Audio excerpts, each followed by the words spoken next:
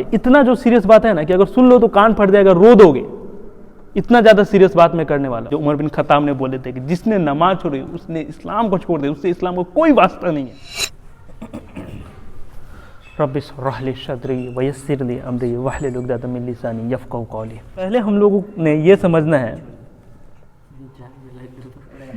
तो उसकी तरफ कर देगा सलाह के ताल्लुक से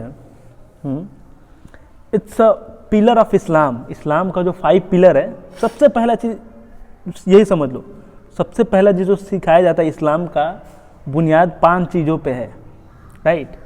पहला हम लोग शहादत देते हैं, ला इलाहा इल्लल्लाह मुहम्मद रसूलुल्लाह। ये हम लोग शहादत दिए, हम लोग मुसलमान हुए, हम लोग इस्लाम में आ गए। उसके बाद दूसरा क्या है पिलर? सलाह। हाँ, उसके बाद रोज़ा, हज, ज़कात, 5 पिलर है। इमेजिन जो तुम देख रहे हो, कोई भी घर देखो, उसका जो बुनियाद होता है ना, फाउंडेशन, उसी पे सारा का सारा इमारत टिका हुआ रहता है, वो पिलर पे ही। अगर एक भी पिलर अगर टूटा तो पूरा का पूरा बिल्डिंग नीचे गिर जाएगा, राइट। सलाह is one of the pillar of इस्लाम। ये हदीस है इब्न माजा 1079। क़ाल रसूलुल्लाह सल्लल्लाहु अलैहि वसल्लम। चश्मा नहीं पहने, मुझे देख भी नहीं रहा। अल अहदुल लज़ी बैनना व बैनहुमुस सलाह। हम में और काफिरों में, मुशरिकीनों में जो डिस्टिंग्विश करने वाली चीज़ है वो है सलाह। बैनना व बैनहुमुस सलाह। उसके बाद से देखो,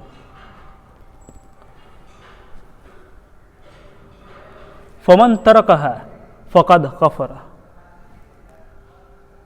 वह जिसने उसे छोड़ दिया उसने कुफ्र किया।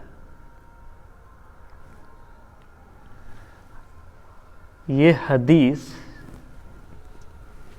कितना क्लियर हदीस है कि मुसलमान में और काफिरों के बीच में जो फ़र्क पैदा करने वाला चीज़ है वो सलाह है। मतलब कहीं पे बैठे हुए हो, अजान हो रहा हय्या अलस सलाह, और वहाँ पे तुम मस्जिद के तरफ आ रहे हो और कोई मस्जिद की तरफ नहीं आ रहे ना, तो तुम मुसलमान हुए और वो काफिर हुए। जो नमाज को छोड़ा उसने इस्लाम को छोड़ दिया, उसने कुफ्र किया। मैं अभी कुछ बात करने वाला हूँ, इतना सीरियस बात है, इतना जो सीरियस बात है ना कि अगर सुन लो तो कान फट जाएगा, रो दोगे। इतना ज़्यादा सीरियस बात मैं करने वाला हूँ। सलाह को नॉर्मल मत समझो। जिसने सलाह छोड़ा उसने कुफ्र किया, ये रसूलुल्लाह सल्लल्लाहु अलैहि वसल्लम कह रहे हैं। अब तुम अपने दिल में झांको, ये हम लोग क्या कर रहे हैं। उसके बाद देखो, हाँ, ये हमारा फर्ज है। फर्ज का मतलब ये ड्यूटी है। मन करे ना करे, उठने का दिल करे ना करे, हय्या अलस सलाह हय्या अलल फलाह हो रहा है जब अजान, आपने मस्जिद की तरफ आना, ये अपना ड्यूटी निभाना है। 2 4 4 3 4, ये जो नमाज ही ड्यूटी है, ये एट एनी कॉस्ट आपने नमाज पढ़ना है, मस्जिद के लिए आना है। ये जो दिन में 5 वक्त का जो नमाज, ये फर्ज है। और यही चीज़ आपको काफिरों से अलग करेगा। अगर आप ये नहीं करें तो आप मुस्लिम फिर नहीं हुए।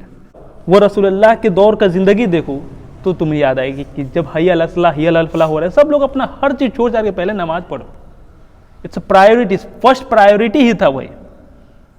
वक्त हो रहा है, हम एक कौम है, रसूलुल्लाह सल्लल्लाहु अलैहि वसल्लम के हम लोग उम्मा है, जिनके ऊपर सारे के सारे ज़मीन पाक कर दिया गया है। कहीं पे भी वक्त मिले आप कहीं पे भी, नमाज भी नहीं है उससे भी कोई मतलब नहीं है, आप ज़मीन पे नमाज पढ़ सकते हैं। पानी नहीं है तो बस मिट्टी पे ऐसे हाथ मार के तयम्मुम करके नमाज पढ़ सकते हैं, लेकिन छोड़ने का इजाज़त नहीं है। जिसने छोड़ा उसने इस्लाम छोड़ दिया, जिसने नमाज छोड़ा उसने इस्लाम छोड़ दिया। किसी भी हाल में नमाज नहीं छोड़ सकते हैं। पानी नहीं है तो तयम्मुम कीजिए। हाँ, नमाज नहीं, क्या नमाज नहीं है तो अब ज़मीन पे नमाज पढ़िए। जूता भी नहीं खोल रहे उसे भी कोई मतलब नहीं है, तयम्मुम कर ले, जूता पहने वैसे भी नमाज पढ़िए, ज़मीन पे नमाज पढ़िए। ये सब बात जहन में रख लो, क्योंकि बाद में 1-2 साल के बाद तुम लोग अगर बाहर में कहीं पे पढ़ने के लिए, जॉब करने के लिए जाओगे ना, तो ये मस्जिद में आके टाइम मेंटेन करना थोड़ा मुश्किल हो जाता है। और यही एक्सक्यूज़ की वजह से लोग नमाज छोड़ने लगते हैं कि टाइम नहीं मिलता, ये नहीं मिलता है। हमारे लिए तो पूरा का पूरा सर ज़मीन पाक कर दिया गया है, कहीं पे भी आप नमाज पढ़ सकते हैं। पानी नहीं है, तयम्मुम कीजिए, नमाज पढ़िए। लेकिन नमाज छोड़ने का इजाजत नहीं है, at any cost. At any cost आप नमाज नहीं छोड़ सकते हैं। इमाम हुसैन अलैहिस्सलाम, वो जंग के मैदान है, चारों तरफ से दुश्मन घेरे हुए, वहां पे उन्होंने नमाज अदा की है। उमर बिन खत्ताब रज़ियल्लाहु ताला अन्हु डेथ बेड पे हैं, उन्हें नमाज के वक्त में वो पीछे से जो था दुश्मन, उन्हें चाकू मारा था, स्टैब किया था। इस तरह से स्टैब किया था कि ये जो था पेट फट गया हुआ था, इस तरह से फटा हुआ था कि उन्हें जब खाने के लिए ये दूध पिलाया जा रहा था ना, तो वो पेट में से बाहर दूध निकल रहा था, इस तरह से उनका पेट फटा हुआ था। राइट, वो अभी सोए हुए, बेहोश पड़े हुए। अगर उनके साथी बोलते थे कि उठ जाइए, नहीं सुन सकते हैं, उठाना चाहो तो नहीं उठा सकते हो उमर बिन खत्ताब को, जो चाहते। लेकिन जब नमाज का वक्त हो रहा है तो उनके साथी बोल रहे हैं कि या अमीरुल मोमिनीन, वक्त सलात का वक्त हो चुका है, झट से उठ रहे हैं। डेथ बेड पे खून निकल रहा है, ये जख्म वैसा ही है। जब सलाह कान में वर्ड आ रहा है सलात, झट से उठ रहे हैं, सलात का वक्त हो गया है। वो जो सिचुएशन है इमेजिन करो और सोचो, वो क्या बोल रहे हैं कि आप लोगों ने नमाज पढ़ ली है? तो हाँ अमीरुल मोमिनीन, हमने नमाज पढ़ ली है। फिर उन्होंने क्या बोले कि वल्लाही, जिसने नमाज छोड़ा उसने उससे इस्लाम का कोई वास्ता नहीं है। उस हालात में ये बात कह रहे हैं कि जो नमाज छोड़ रहे हैं उससे इस्लाम का कोई मतलब नहीं है, कोई रिश्ता नहीं है, उसने इस्लाम को छोड़ दिया। और उन्होंने उसी हालात में नमाज पढ़े, खून निकल रहे, नमाज पढ़ रहे। उस वक्त भी उमर बिन खत्ताब रज़ियल्लाहु ताला अन्हु ने नमाज नहीं छोड़े, डेथ बेड पे थे। वो ध्यान में रखो वर्ड जो उमर बिन खत्ताब ने बोले थे कि जिसने नमाज छोड़ी उसने इस्लाम को छोड़ दिया, उससे इस्लाम को कोई वास्ता नहीं है। It's not a normal thing सलात। हाँ, अब हम लोग बात करते हैं, ये समझ में आ गया एट एनी कॉस्ट हमने नमाज पढ़नी है।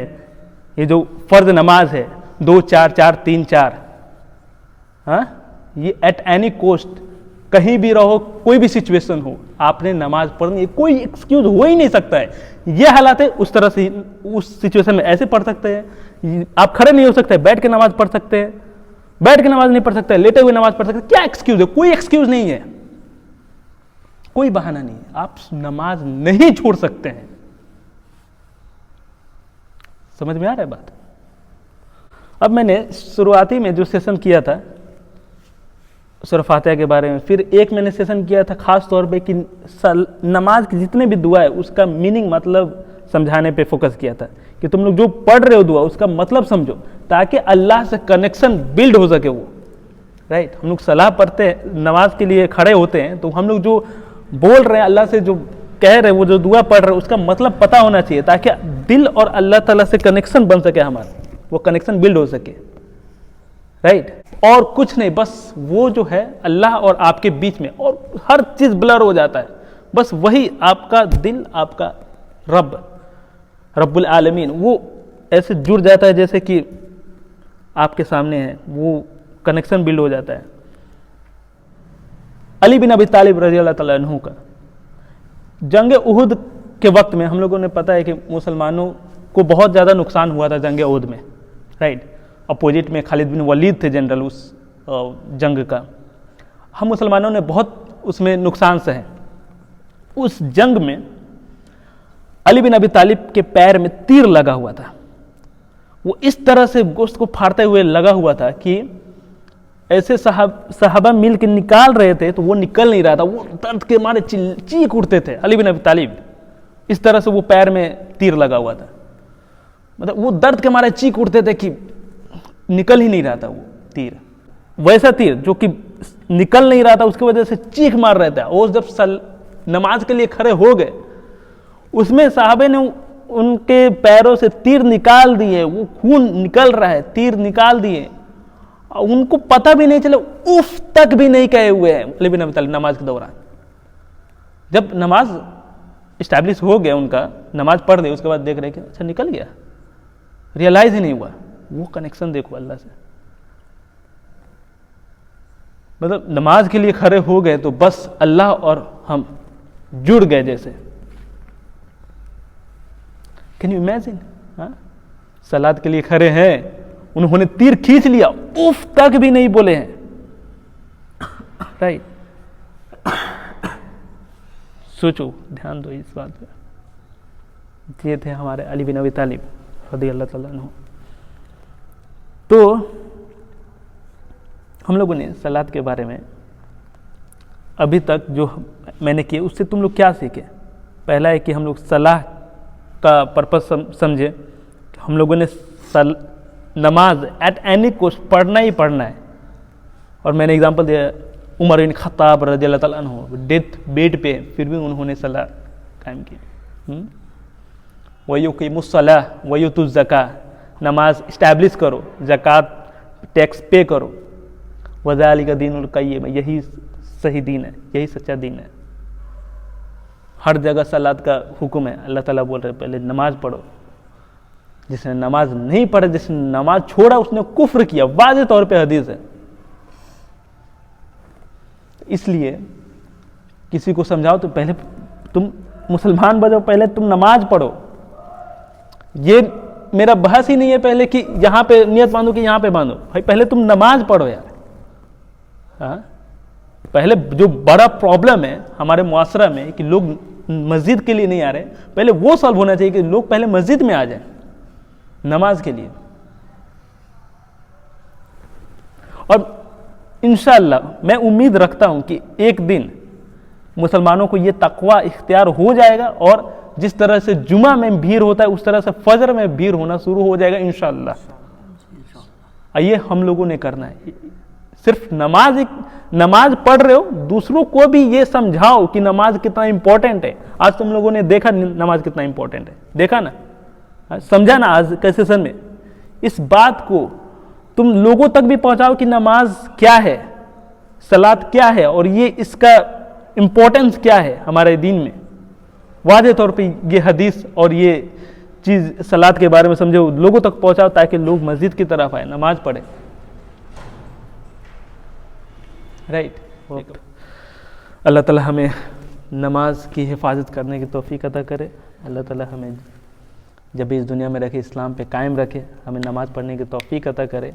आमीन या रब्बुल आलमीन। अस्सलामु अलैकुम व रहमतुल्लाह।